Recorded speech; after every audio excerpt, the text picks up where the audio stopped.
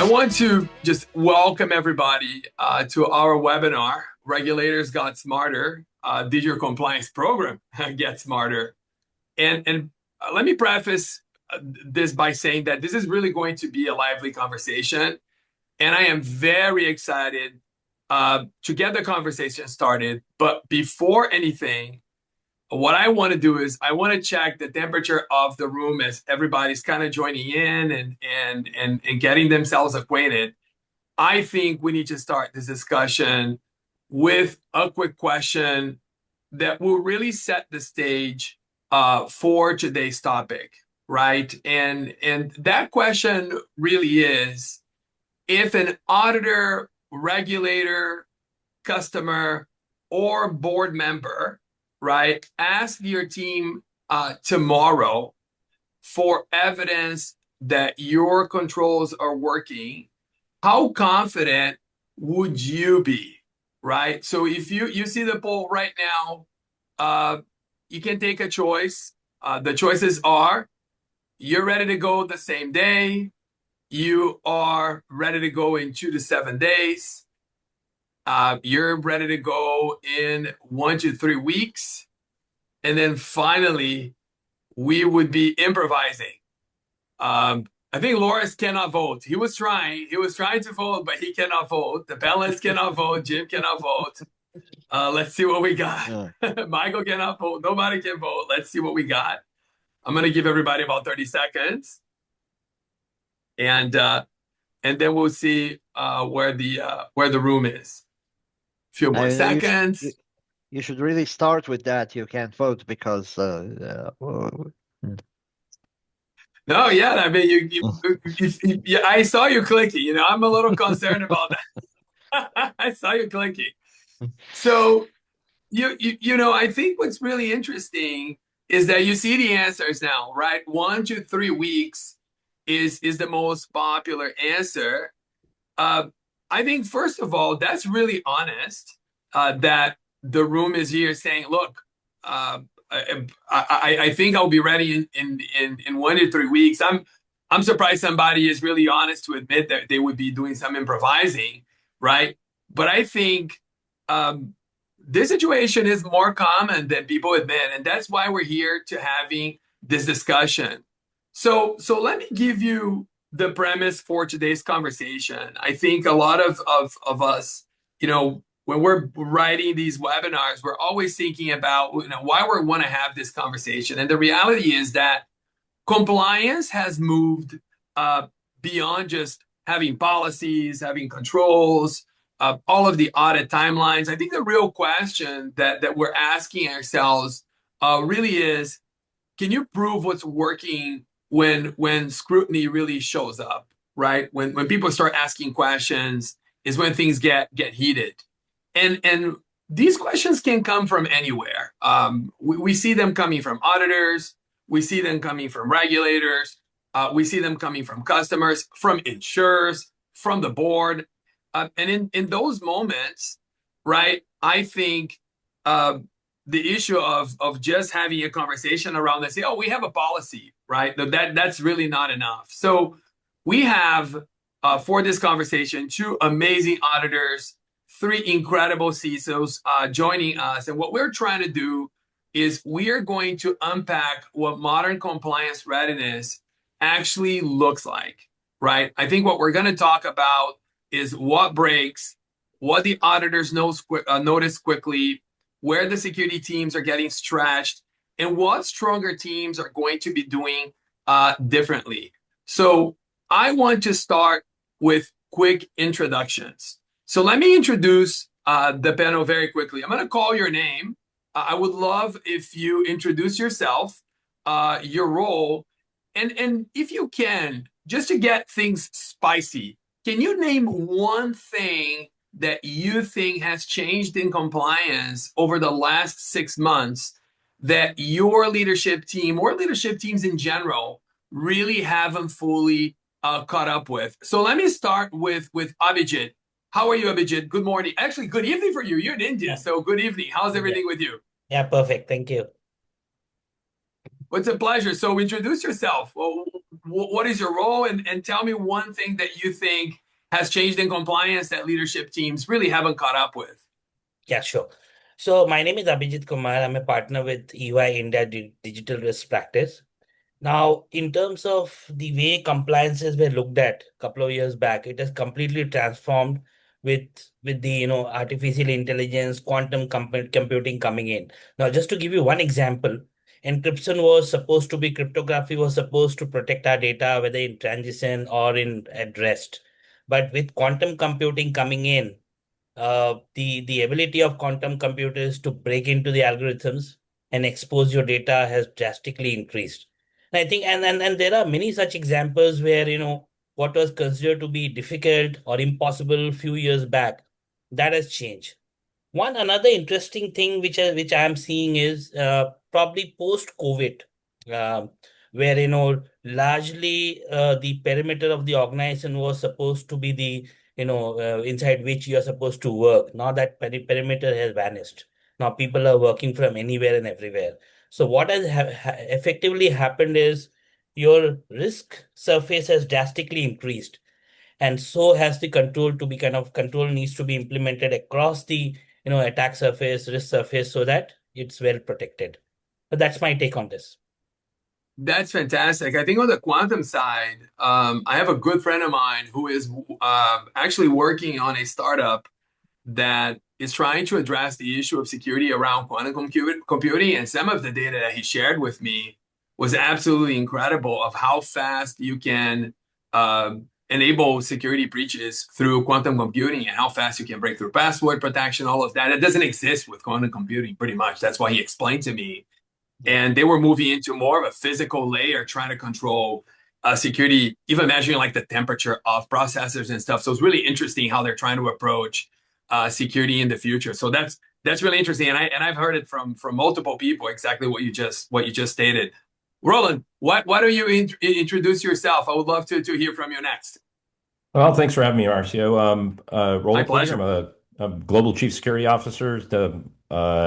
For my last operational position was with ByteDance and TikTok globally, as well as ADP and EMC, and now I help other peers of ours actually execute strategy within their organizations and help them rethink their roadmaps. And you asked a really great question. I think this question surrounding what does CEOs and other leadership organizations within your business or agencies, what don't they know? And number one, compliance is achievable, and compliance, especially what has changed in the last few months, is this potential for the merger of cyber resiliency, cyber compliance assurance, and continuing assurance for defense, for cyber defensibility oversight. It's truly coming together. It's going to be super achievable, and this is where people like me, Michael, and Jim need to be held accountable. I think over the next coming years, what's our plan to get there? Because it's going to be a wild ride, but most exciting time I think in my career as far as being able to finally see over that horizon for great things. I think the importance of CISOs and the executive suite can never be overstated, right? I really think that's something that's becoming more obvious as time goes by, and that you brought that up, and I'm thinking, you know, information security and just technology as an enabler of the business, and obviously protecting modes and protecting the strategic position of the business is really, really critical, and the CISOs play a vital role in maintaining that. So that's awesome to hear as well. Michael, why don't you introduce yourself? We would love to hear from you next. Thanks very much. So yes, I'm Michael, co-founder of Constellation GRC, and we primarily work with startups that are trying to turn security and compliance programs into something that's independently provable. And yeah, to your question on probably the biggest change that we've seen recently, it's that compliance is increasingly moving from calendar driven, an annual audit, to request driven. It used to be, can we get ready for this audit? And now it's, can we prove this tomorrow morning when a customer or regulator asks? And of course, that's what's triggering so many scrambles, and where folks can be much better served if they have a plan, not only what is the control that we need to follow, but what is our plan to be contemporaneously collecting evidence for it. Always on, always ready, right? That should be the motto, right? That should be the motto. Always on, always ready. Loris, welcome. How are you? Thank you. Glad to be here. I'm Loris Gutic. I'm a global CISO at Bright Security. I've been with Bright since 2022. Bright is the place where we help organizations validate and improve the AppSec security through our desk platform, through our AI-supported remediation workflows and manual validation. And if there's one thing that I can say from that particular perspective about things that leaderships didn't catch up with, is that compliance is no longer just about proving that there are controls, that they exist. It's obvious that that there is there needs to be focus on proving that the controls actually operate, that they have owners, that they have traceable evidence, that there is no last minute digging and scrambling, which I think we are going to address in the course of the webinar, when someone, either a customer or auditor, comes to ask some uncomfortable questions. So it's in AppSec industry specifically, we have, it's no longer enough to have one of the names attached to the company to demonstrate that you're AppSec conscious. You have to have effect of that particular solution that you are using for application security. It's like show don't tell, right? I think people are asking for that for sure. So Jim, bring us home. Bring us home, Jim. How are you? Thanks, Marcio. I'm great. I'm Jim Routh. I'm the Chief Trust Officer for Saviynt. And one of the first things I did in the Chief Trust Officer role was implement a trust portal, which is a repository of artifacts that are both for existing customers as well as prospective customers. We kind of split that and control it. And we publish artifacts on a regular basis. So that first thing that an auditor or regulator would be interested in, we take them to the trust portal and say, here's your menu. If you can't find what you want, then ask us a question, versus having them prompt questions and require people to prepare information to answer the questions. The ideal is to have all of that available whenever they want it, 24/7. So that's something we put in place. Now I'm called an FIP at this stage in my career. What does that mean? Well, I'm a former important person. So when I describe my experience, I usually say, well, I used to, right? So I was a 6-time CSO, CISO for large financial service and healthcare firms. I served on the boards of the FS-ISAC and the Health. I was co-founder of the Health ISAC. So I spent many years as a practitioner looking up to people like Roland and stealing his wisdom at every opportunity. And now I'm doing a lot of mentoring and teach cybersecurity at NYU when I'm not the Chief Trust Officer of Saviynt. So happy to be here. I tell you one thing that's fundamentally changed in the last 6 months, Marisa, to answer your question, is Gen AI governance. And the model for Gen AI governance is still not very well established. My own perspective and what we implemented at Saviynt was a use case driven model for AI governance. What is that? It means that you look at different use cases and decide whether there's business value in pursuing them. And then you design specific controls for generative AI for specifically that use case and only that use case. It allows you to test out the controls, see how effective they are, make changes and modifications on a small scale for that project. And then you do the next project and the next project and the next project. So each use case gives you essentially a building block approach to creating enterprise-wide governance capability for generative AI, because it's changing so rapidly that it's difficult for any organization to have a one-size-fits-all policy for AI. And this allows you to build that over time, but also allows you to pursue whatever your business strategic direction is in the use cases that you choose. So So that's my story.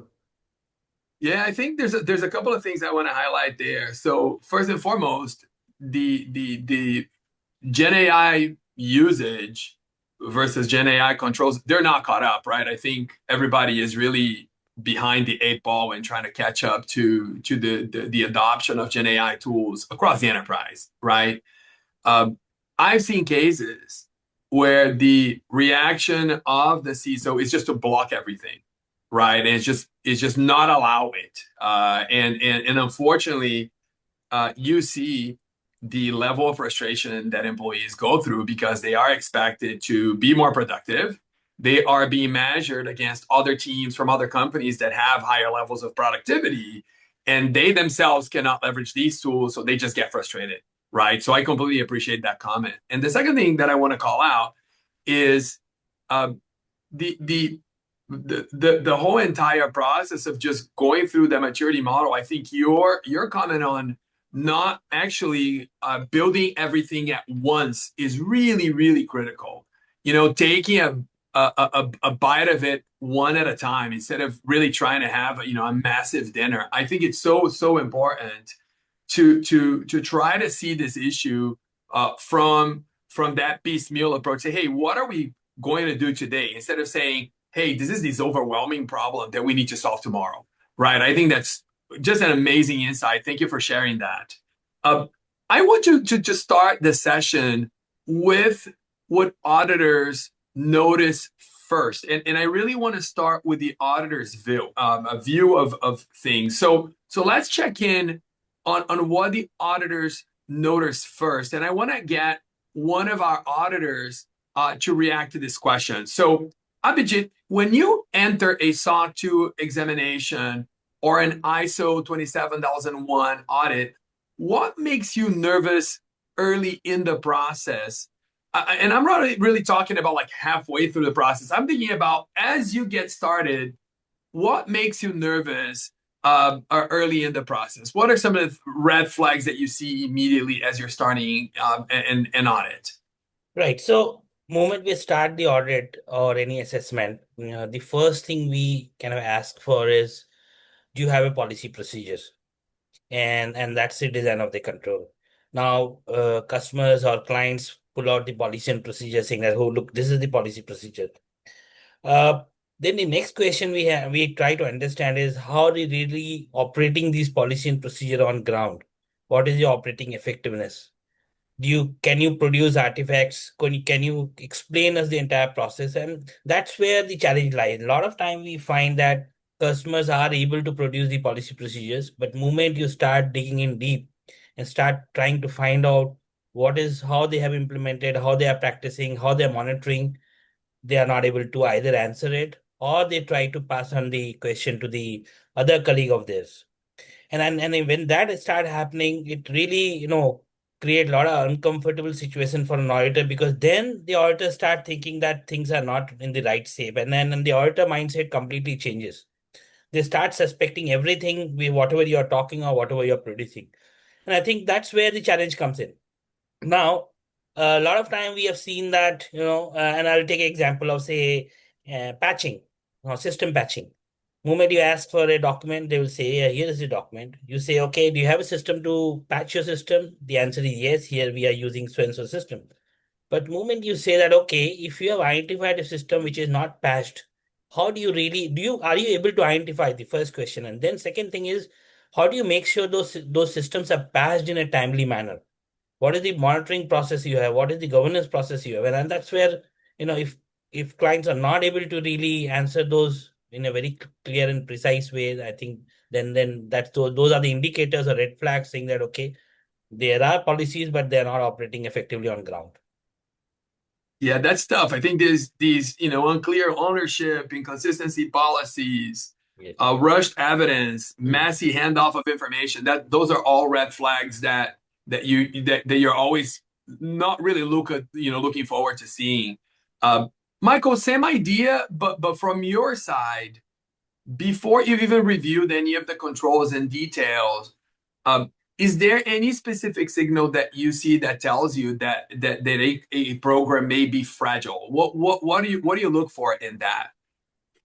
Yeah, so I think something that a lot of folks who aren't in the audit world don't understand is that auditors were mostly working with standards or practice aids that have us assess the risk of material misstatement. And that risk of material misstatement, the greater that risk comes to be assessed by the auditor, the deeper we need to go in our evidence searches. And that risk grows with every inconsistency that we see. So, the worst case we often see is we go in, system description does not align with the evidence environment that has been prepared, or policies refer to certain processes and practices, and the evidence looks like they're actually trying to operate under a different control than is specified in the policies. So the, the hope is that the client is able to tell us a story about what they're doing, and that we're just able to trust that story with verification. But as soon as there is that significant inconsistency, then it's no longer okay. We have a story to trust but verify. It's We're going to have to do a lot more evidence requests, and those evidence requests are going to need to be a lot more credible. Going back contemporaneous screenshots, logs, walkthroughs, further interviews, and the like. That's interesting. Just a quick react from you. Is the leadership showing up only at kickoff? Is that ever a problem, or is access to leadership ever a problem in this context? Uh, it's usually not a problem per se, and that it's not that the client is unwilling to further communicate after, but it is very common that you have leadership thinking, okay, this is IT's job or this is CISO's job, and they're hoping not to need to be involved, and they're surprised when they do need to come to be involved. Yeah, that's true. Let me get the perspective of a CISO, because I think we're seeing both sides of the coin here, right? So Roland, when an auditor tells you that they can spot some fragility in your program, or they've spotted some fragility in general, is there a fair statement in your mind, or do you think sometimes the auditors will mistake your fast-moving operations and all all the bullets flying in your team for weak operations? Is there a fair statement that, hey, we're not seeing what we need to see here, or look, you just don't understand how I operate. We're just moving fast because that's how business operates for us. Is that a fair statement when you hear from an auditor? Yeah, to be honest with you, Marcio, I think it depends on the auditor and the type of audit, and I've seen Got it, it. in both directions. I would say the majority of the time, 60 to 70% of the time, it's a misunderstanding of the, operational management integrity of the controls themselves and the implementation. And it's that divergence that Michael was talking about between this view of documented controls, which has been, the problematic divergence between compliance and operations for so long, right? And I think this is going to be changing. But when you've documented something and it changes 2 weeks later, or the operational flow has changed, or you come and do the audit and like, yeah, it says we're going to do it that way, but we move platform systems capabilities over here. So that has been a problem. I think the other gap, and I can't wait to hear Jim's take on this because he's normally more direct than me.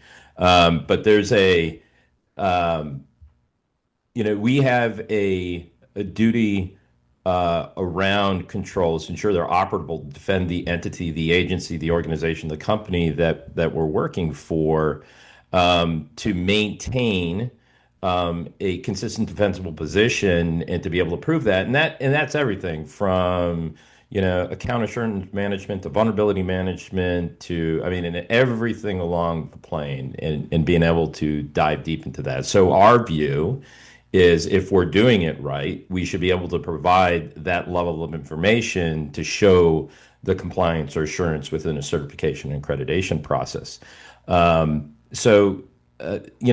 think the goal here over the coming months and years is to collapse what we're trying to do from a consistency perspective on a day-to-day basis to how it gets automated from a documentation, verifiably, and then be able to provide that process integrity back in a very consistent way. And whether that's through a trust portal, I love that model, or it's through an operational platform that's shared purposefully for our auditors and our CNA partners, that's a direction we all have to head in. Jim, he called you out. I mean, I gotta get your insight on this. So, what are your thoughts when an auditor calls you out? How do they understand what's going on with you, or they're just not seeing the big picture? What are your thoughts? Yeah, so number one, I value feedback from any professional at any point in time across any dimension of control. Really, that's how you learn things. I mean, look, and we take generative AI as a great example. I learn something every day that changes. And the pace of change that's introduced with AI is unprecedented in human history. So we're changing the way we live, we're changing the way we work, and there's a massive change at a rate that we've never seen before. And so I welcome feedback from any lens. Where I find breakdowns are where a second level function or an internal auditor function, and sometimes external auditors, but not always, but sometimes, start to assess risk, specifically residual risk to the enterprise. And there's just not enough information that an external party can get in understanding that. And that's beyond the scope of what an auditor's obligation is. An auditor's obligation is to look at the controls in place within any program and determine whether those controls are effective enough to satisfy the objective. And that's a really important thing, because there are a lot of times that controls can be in place and they may even pass a compliance check, like a check the box kind of review, but they're not working properly, like the technology's broken or there's something else that's not working properly. And the reality is every enterprise has scarce resource to allocate to the highest risk. And in some organizations, and this is particularly common in banks, there's second and third level assurance functions that steer investment toward what they think are risks that are probably not significant in the big scale of things. And they actually divert resources from other areas that really need more resource. And that's largely because the second level is saying, well, our job is to understand the risk. No, it's really not. Your job, second level, is to make sure that the first level people understand the risk. And if there's gaps there, have at it. But it's not to figure out what the risk is and then decide the appropriate investment or allocation of resources, because that's really the core CISO and the cybersecurity team. That's their obligation, is to figure out how to allocate scarce resource to the highest risk. Awesome. So let's go and shift gears a little bit to more kind of a stories from the battlefield, right? I think we're doing work as CISOs and we're working with auditors and we're trying to manage the expectations of the leadership teams. And I think everybody agrees that CISOs aren't thinking of compliance 100% of the time. I think I heard that when we were doing the prep for the webinar, and I completely agree with that. And really, if the work is done well, a great compliance program should really follow. But I think in real life, the lessons really compile, right? The frameworks are useful, but I'm pretty sure that everybody has gone through one particular event that taught you more than any textbook could ever teach you, right? So let me get a CISO's angle on this. Loris, did your compliance program ever get challenged? Have you gone through any challenging situation where things weren't doing well, or compliance played a major role in building operational resilience for the business? Walk us through that if you've ever felt that before. No, of course not. Our compliance program is Is it perfect, and 100% it perfect? was never it was we never had any issues, any Oh, wait a minute, questions. Loris, you use that word perfect in the same sentence as security. I don't think they belong in the same sentence. It's immediate. I, be- I I think believe it's him. immediate. I believe him. It's I immediately believe him clear. too. It's immediately clear I'm joking because I combined those two words.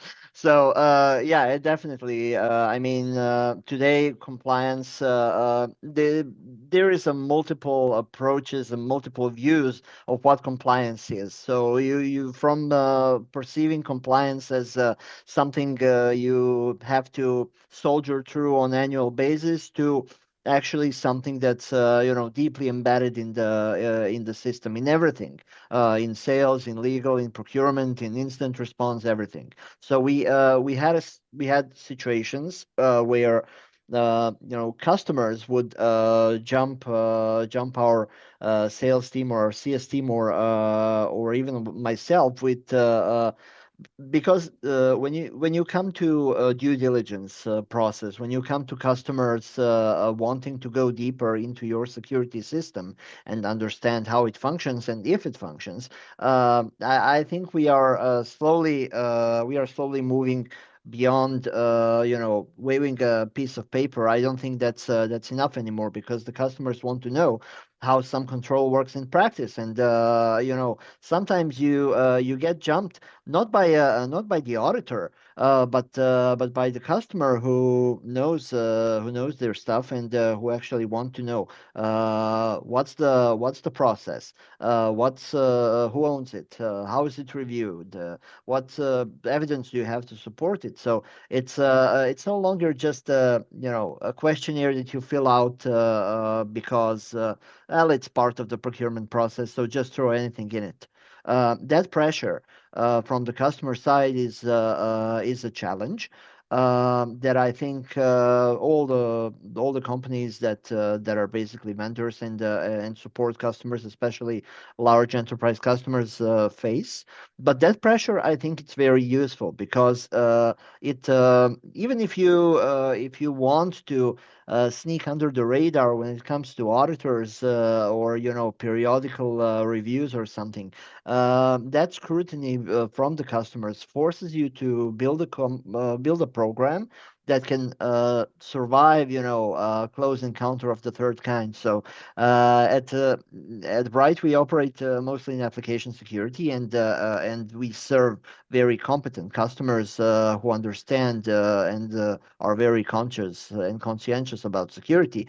We are in no position to treat compliance as a theater. So we are we are having real conversations about risks, and compliance must reflect operational resilience on our end. So it's no longer just about artifact. Artifacts are very bad witnesses. It's about process and validity, traceability, and the I lost the word. And the Observability. not observability, consistency. Sorry, consistency of the process. So Got it. if they notice that something is off in the process, obviously that's something that would be perceived as a red flag.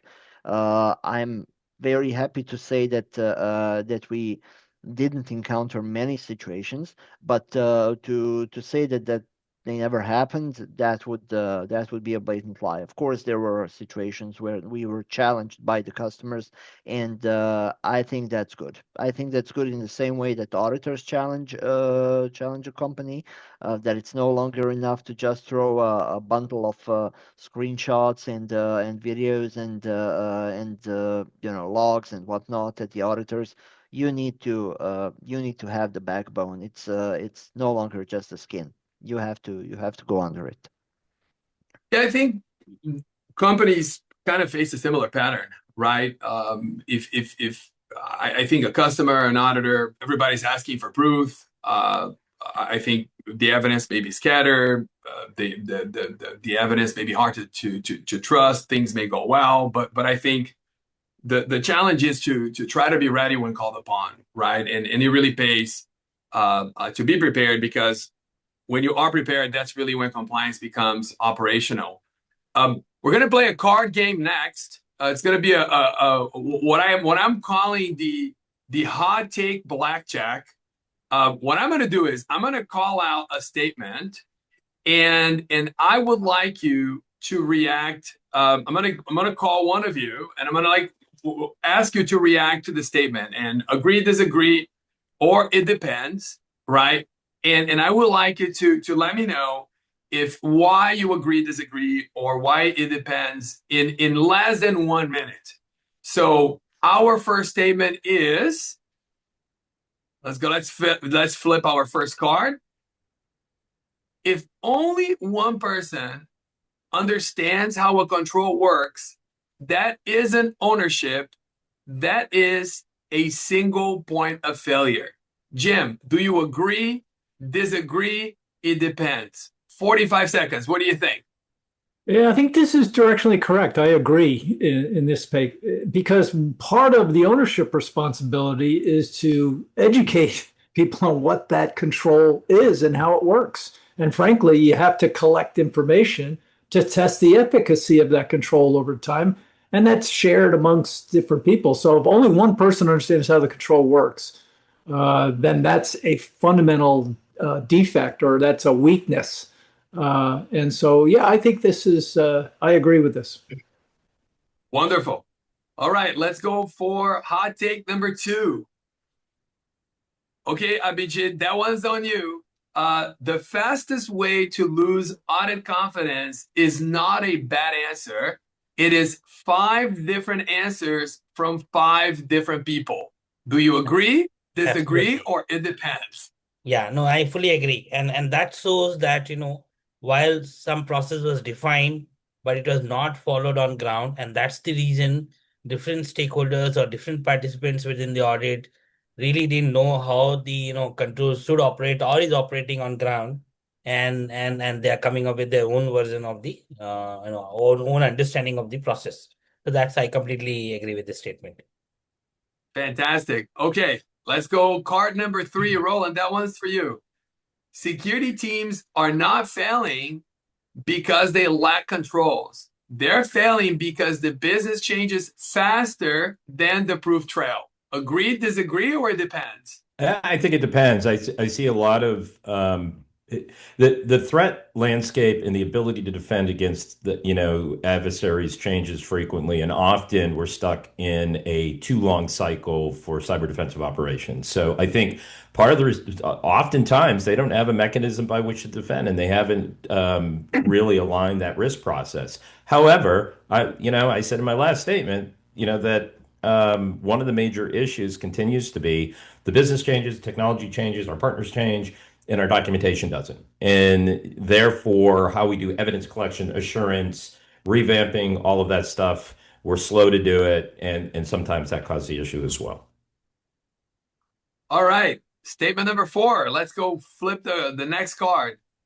Loris, this one's for you. Customer trust is not built by saying we're compliant. It is built when you can explain your risk posture without scrambling. Agree, disagree, or it depends? Agree. Shall I elaborate? So, Of as course. we You already got 45 seconds. Okay, we already touched upon that, so I won't have to talk as much because obviously enterprise customers want to know how you perceive risk, and if your only output is pre-prepared perfect answers, we already learned that perfection doesn't go well with security. Then they will definitely be able to smell a rat there somewhere, so they can smell like copy paste compliance from another continent, and they usually do with companies who attempt that. So customers don't necessarily need to see the perfection to be satisfied. They need to see that you understand your environment, that you understand your limitations, that you understand your controls that you have implemented, even if they even if they are compensating, and they need to understand that you are angling for improvement and working on improvement. So Got we it. are Got it. compliant is not a trust strategy. That's just the beginning. Absolutely. Okay, final card. Let's flip that. Michael, that one's for you. The weakest evidence is very often the one evidence nobody questions internally before the auditor does. Agree, disagree, or it depends? I generally agree with that. Teams often collect evidence as if the act of collecting it is enough, but someone internally, ideally an internal auditor, but you could also bring in outside help from one of these very qualified CISOs. But somebody needs to challenge the evidence first before it gets to an external auditor. Does the evidence show the full population, the period, the reviewer, the exceptions, the results? If the first person that asks those questions is the auditor, the team's already behind. Got it. Got it. Thank you. Thank you, Michael. So I think let's do our next poll very quickly here. We're running a little bit tight on time. So the next poll is, what consumes the most audit prep time on your team today? If you can launch the poll, the options are going to be evidence collection, policy management, access reviews, vendor questionnaires, or the final option is mapping controls across frameworks. Again, let's try to answer quickly here. We'll leave it for about 15 seconds so we can continue with the discussion.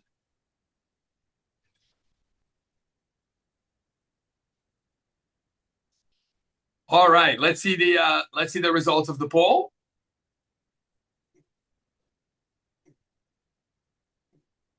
Okay, it's coming up. I think this should come up. Oh, it didn't come up. All right, I think I have an issue with the results of the poll. Okay, we'll continue. So let's go to the next section, and I think we're going to talk about what actually works, right? As we're thinking about, right? Everybody's, this may be wrong or this may be wrong, but I think what we need to discuss is really what works, right? Let me ask you, Jim, one quick question here.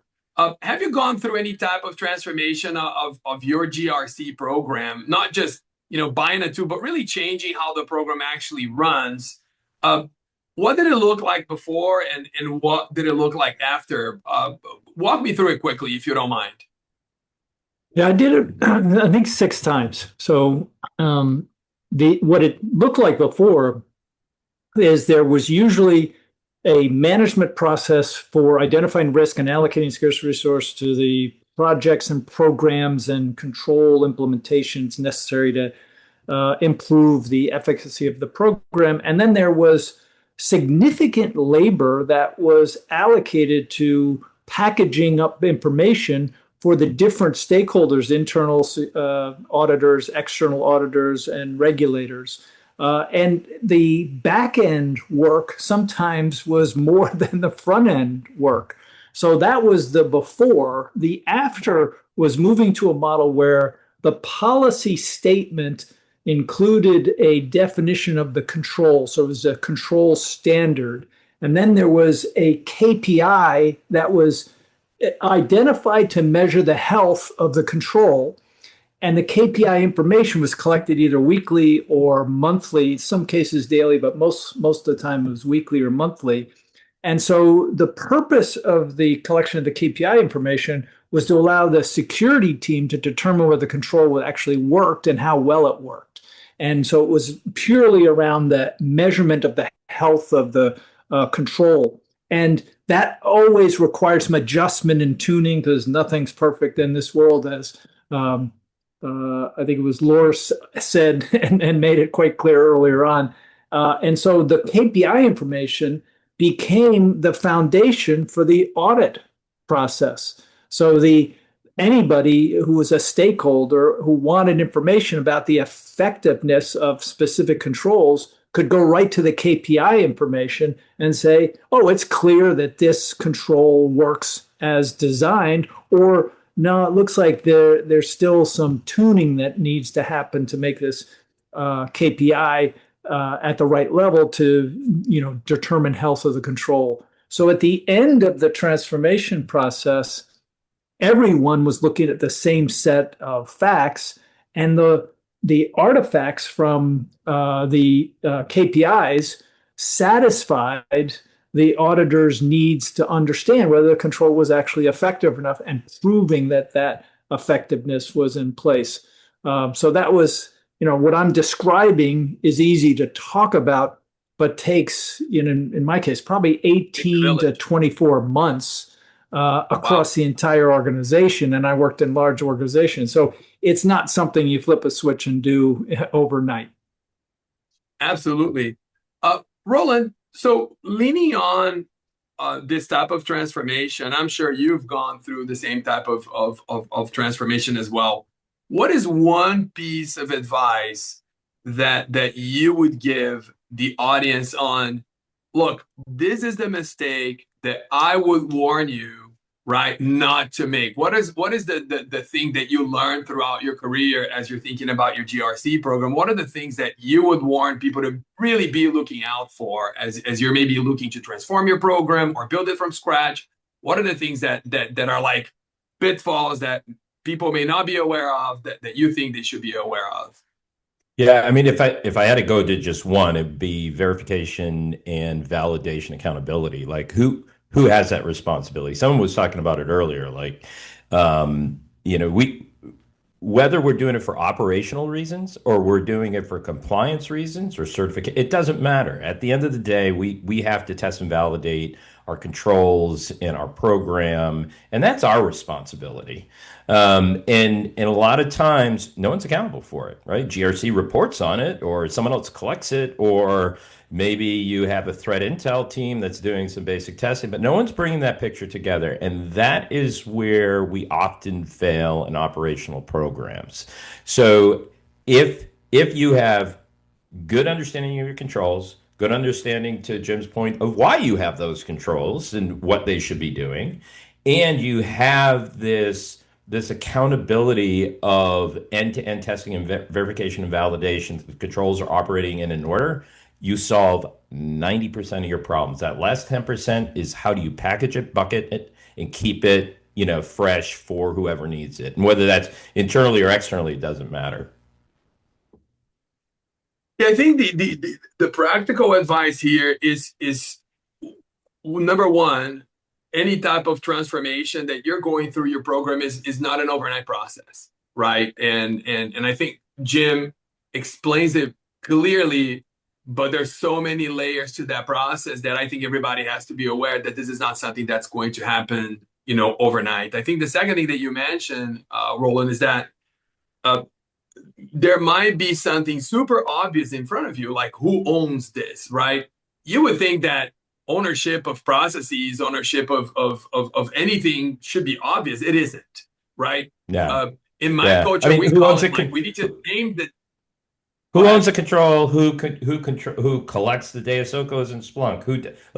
All that? It's great. People do that work, but that end-to-end view is where it falls apart, and that requires ownership, definition, and discipline.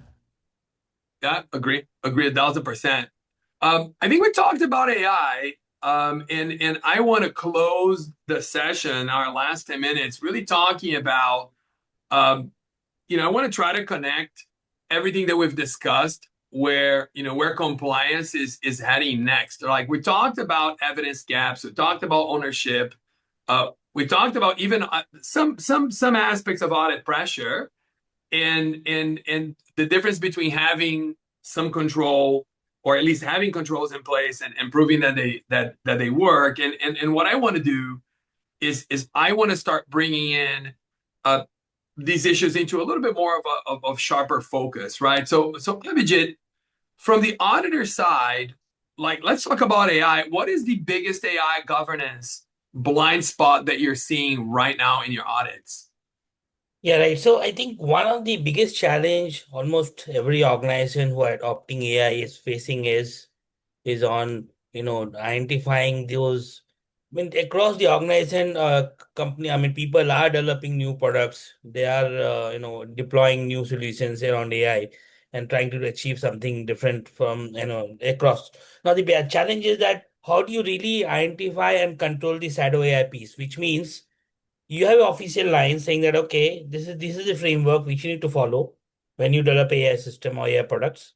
But then due to various business requirements and scenarios, you might develop something which is beyond the not in control or not in line with the governance framework which you have created. So shadow AI is becoming a big nightmare for a lot of organizations where whichever CISOs I talk to, that is one of the cause of concern for most of the CISOs I have heard. Michael, do you see the same with AI? What are your thoughts?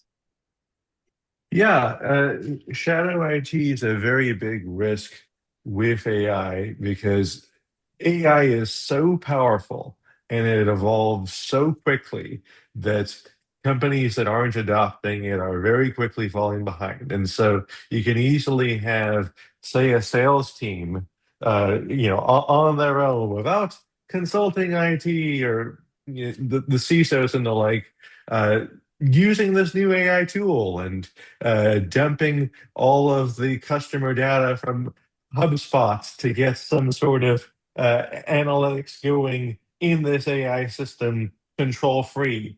And those are the people who are paid and expected to move quickly and grow the business. In many ways, oftentimes the CISO side, it's more conservative. It's wanting to stop and make sure that things are done in an orderly and controlled way.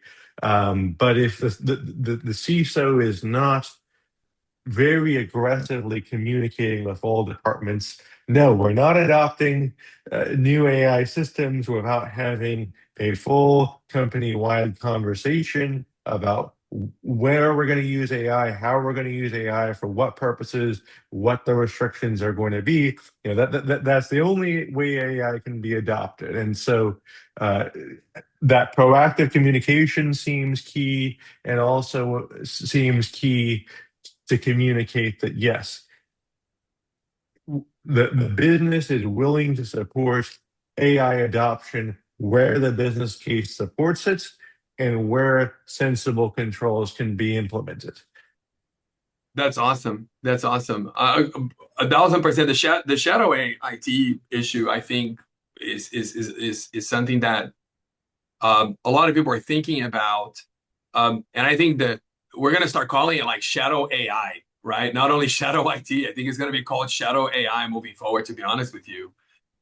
Jim, from inside the organization, what do companies often believe they have under control, but they would really struggle to prove? What are things that you think that, hey, we got it under control, but if somebody asks them, hey, can you prove it? What do you think people can struggle to prove?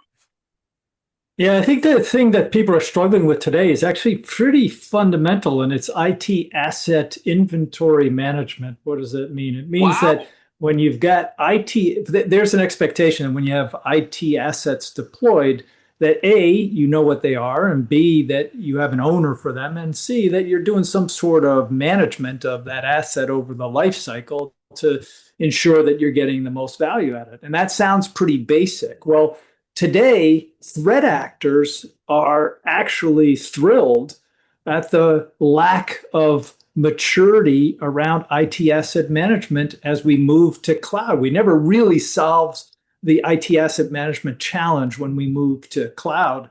And so we have IT assets on the books or in production or in operation today that nobody knows about, don't have an owner, and they're unmanaged. And that's true across every organization. It's not like some organizations do this a lot better than other organizations, but every organization has fundamental gaps. Now you look at that, the set of gaps that I just mentioned, and then you add agents that are being deployed and the infrastructure to support agents, and you've got unsanctioned IT deployment, the shadow AI that you were just referring to, and now you're adding to the unknown assets that are not owned and not managed. And so we're creating just through the deployment of AI, we're creating a better scenario for threat actors to flourish by the unknown assets that are unmanaged. And we're adding problems to ourselves. Now, I think what's going to be a response to this deficit position that we're in currently is we're going to see agents that we're building for governance purpose. So we're going to be deploying agents to support and enhance governance capabilities and potentially even IT asset management.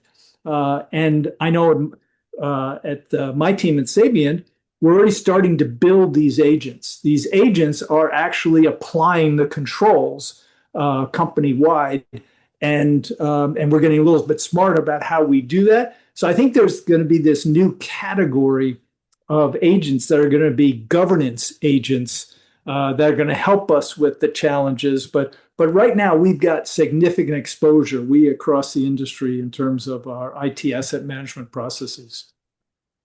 I am very surprised by that answer. You blew me away. That I did not expect asset management to rear its ugly head, but definitely, those endpoints are tricky, right? Especially when now they can be deployed for all of this mismanagement, right? That's really, really tough. Yeah, but right? it's not, and to Jim's point, it's not just. Let me tell you something. I'm blown away. I'm really blown away by that. Asset management was the last place I was going to go with this answer.